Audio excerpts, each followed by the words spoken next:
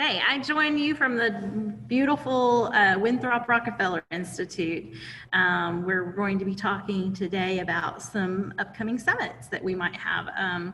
So that will come in the future. I'm really excited about that opportunity. But even more excited is our outcomes for November. So as of November 26th in Sebastian County, there are 116 active families with 261 children. And these are our intake and outcomes. And we, of course, for those of you that are new, different organizations across the Alliance use this system to provide intake and assessment to everyone that they enroll. And you can enroll at any organization into 100 families after you've been trained in how to do that in the system. And so because of that, we're able to find out in multiple assessment areas where families are in crisis in Sebastian County. And anytime you see that bright red, it means crisis. And so the areas of top crisis in Sebastian County for our families are transportation, employment, and housing. So you can see the bright red is the highest. So that's the percentages of our families that are facing that crisis. And on average, our families are in crisis in at least 3 areas of the 14 area assessment, including their child welfare status. So we do see a lot of families that are child welfare involved, or justice involved. Many of our families, like you learned from the last meeting that we had at UA Fort Smith with the district court judges, is that they also have legal issues. And so you can see that 20% of our clients, so 1 out of every 5 actually had a warrant for their arrest. That's, or were in extreme crisis over a legal matter, and others were at risk. So they may have some fees or fines that they're having trouble paying, and they have some involvement in some way. So we work on all of these holistically as a community, and that's what's different about 100 Families, is that we all work on this together. And the outcomes are always amazing, and I love how I can see the flip-flop between red and purple. So we have these people moving from one side of the spectrum of, you know, crisis at risk to stabilized and thriving, and that is our goal. And so as we continue to see that, I even made a little arrow here where our transportation, you can see that the crisis went from 42 to 20%, and that we increased stability from 19 to 34%. So you can see that more and more families are being able to access affordable transportation.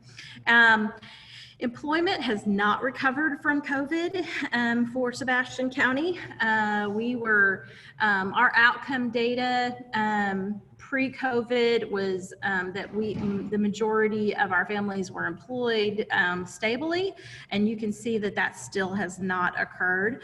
And so that continues to be an issue. We have been able to move more people to careers. So you can kind of see that dark blue is a thriving.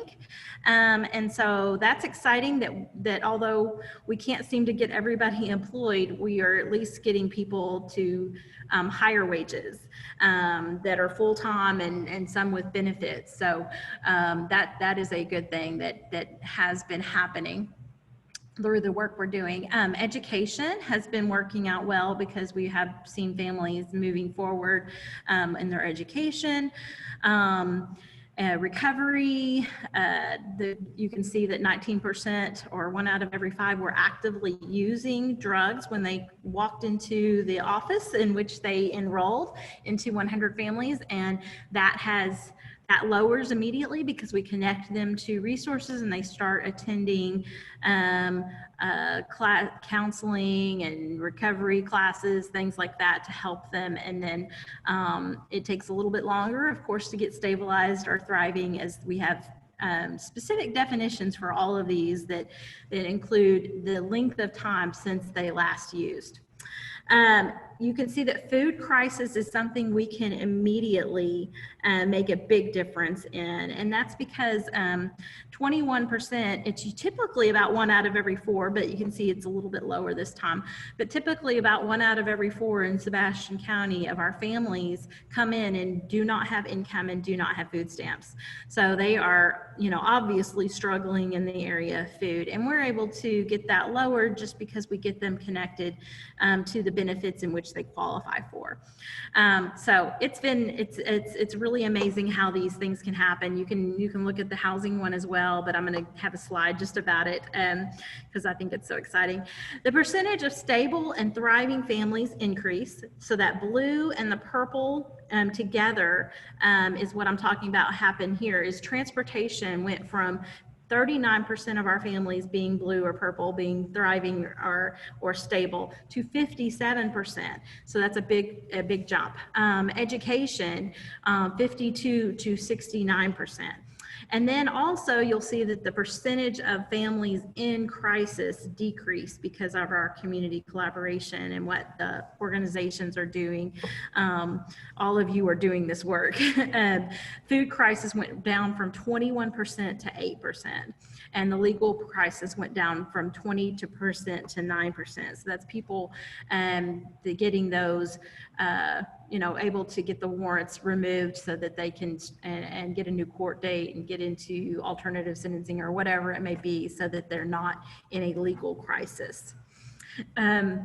Housing, I made a special little slide for this one. I hope it's a little bit different, but I wanted to show people that at the crisis versus at intake versus outcome. So we had 79% that were crisis or at risk in housing at intake. And then we went to 51%. So that's a big jump. 21% were stable or thriving at intake, and we went to 49% of our families being in stable or thriving affordable housing. So safe, affordable housing, we can move those families towards that due to our partnerships in the community and due to the fact that there are so many organizations willing to help these families. So bravo to all of you. Thank you for what you do to make these outcomes what they are.